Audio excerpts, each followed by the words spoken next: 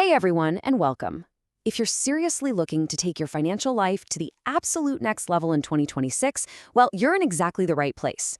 Today, we're diving into a comprehensive explainer covering the 10 essential finance topics you literally need to know right now. We're going to break down everything from finding the smartest budgeting apps and maximizing your side hustles, all the way to understanding how macro trends like inflation and crypto are going to impact your daily decisions. It's the whole shebang packed into one cohesive guide. So let's jump right in. Okay, so to make this super easy to follow, we aren't just throwing a random list at you. We've actually structured these 10 topics into 4 logical phases. We've got fixing the basics with apps and debt, building the engine through income and wealth, avoiding traps like common myths, and finally, navigating the world of macro trends. All right, let's kick things off with phase 1, fixing the basics, apps and debt management. Because honestly, before we can even start worrying about the big macro trends, we really need to master the immediate micro-level stuff that you have total control over right now. So topic number 1 is all about the personal finance app landscape for 2026. Now, I know sifting through the App Store can be completely overwhelming, but finding the right tool really just comes down to deciding what you actually need it to do. For instance, do you just need a strict budgeting tool, kind of like YNAB, to track your expenses so you know exactly where every single dollar goes? Or maybe you're looking for incredibly easy, beginner-friendly investing options like Robinhood or Acorns. And what's really cool is we're seeing this massive rise in AI-powered apps. These will actually analyze your specific spending patterns and even shoot you alerts to cancel those pesky subscriptions you totally forgot about. My advice here, just take advantage of the free trials. Test drive 2 or 3 of them to find the interface that just clicks with your specific vibe. Once you've got your tracking sorted, we move to topic 2, which is tackling debt. Now you've got 2 really heavy-hitting strategies here. First up is the debt snowball. This one targets your smallest balance first, which gives you these super quick psychological wins. It feels great. You pit that against the debt avalanche, which instead targets the highest interest rate first. That one is all about pure mathematical efficiency, so you save the absolute most money over time. And look, both methods work brilliantly. It really just depends on whether you're the kind of person who needs that quick psychological boost, or if you prefer the cold, hard math. Oh, and a universal pro tip here. If you're sitting on high-interest credit card debt, seriously consider consolidating it into a lower-interest personal loan or a balance transfer card. That move alone can save you a massive amount in total interest cost. Okay, let's see how this builds right into our next phase, building the engine, income and wealth building. We are shifting gears from managing past debt to aggressively growing your future income. Topic 3 brings us to a really staggering number. 45%. Right now, in 2026, 45% of people are actively running a side hustle. Whether that's freelancing, making content, reselling stuff online, or jumping into the gig economy, this trend has just spread like wildfire. Now, most folks are dedicating maybe 5 to 10 hours a week to this, so we're not talking about a grueling second full-time job here, but it is acting as a vital income engine. To put that into perspective, 34% of people now actually rely on that extra cash just to cover their basic, everyday living expenses. So topic 4 takes that extra income and puts it to work, specifically targeting wealth building in your 30s. Here is your 5-step blueprint for putting together a really solid wealth portfolio. First, you've got to invest early and consistently. Second, absolutely maximize those retirement accounts and any employer matches. Third, diversify your income streams. Fourth, and this is absolutely crucial, avoid lifestyle inflation. That means don't just start spending more just because you're earning more. And finally, step 5, consider larger assets like real estate or business equity. The big takeaway here, this isn't some get-rich-quick scheme. Consistent habits and the sheer power of compound interest are your absolute best friends in this process.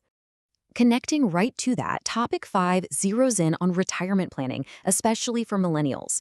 It really reinforces those same wealth-building steps. You need to start as early as humanly possible, even if it's just with a little bit of cash. If your company offers a 401k match, you take it, no questions asked. That is literally free money sitting on the table.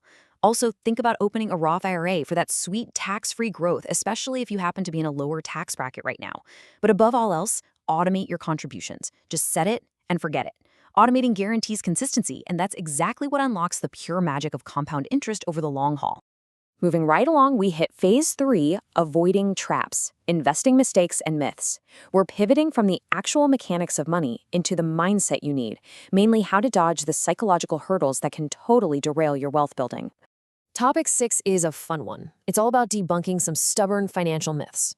Let's do a quick rapid-fire reality check. Myth number 1. Investing is only for the rich. The reality? You can literally start buying into index funds today with just $5 or $10. Myth 2. All debt is bad. Reality? Low interest debt, like a standard mortgage, can actually help you build wealth. Next myth. You should sell everything during a market crash. The reality is that long-term investors see those dips as massive buying opportunities. How about the myth that budgets remove your freedom? Well, in reality, a solid budget gives you total control, which creates actual financial freedom. And finally, the myth that credit scores only matter for getting a loan. Reality check. They impact your insurance rates, your ability to rent an apartment, and sometimes even your job applications. As you can see, the standard assumptions people make are often completely backward.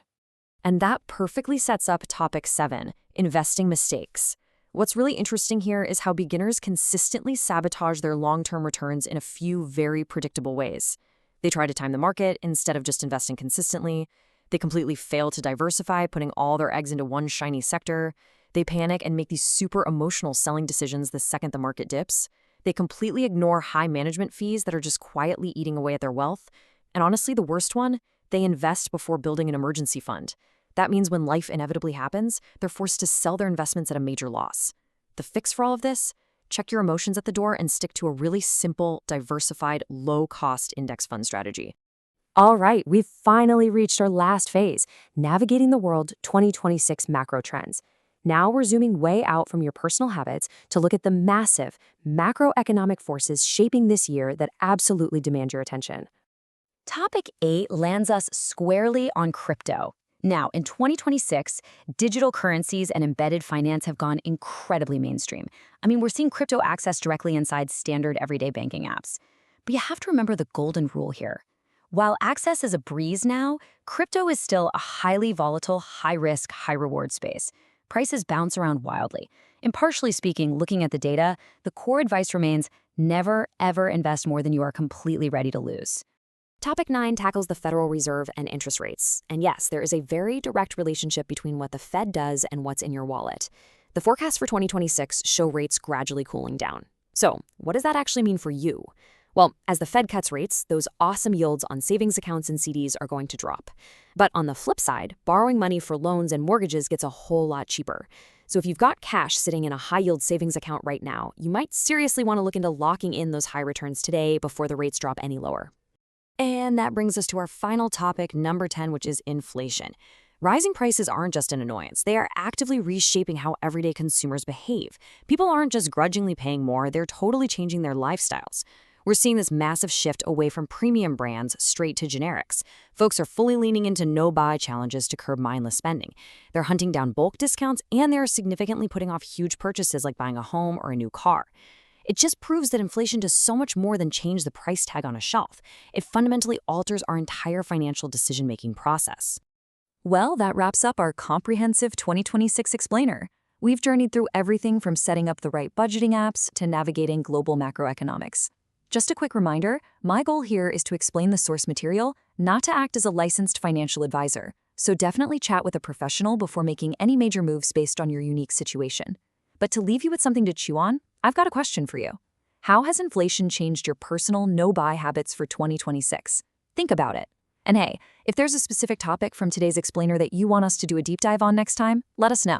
Keep learning, stay focused, and we'll catch you in the next explainer.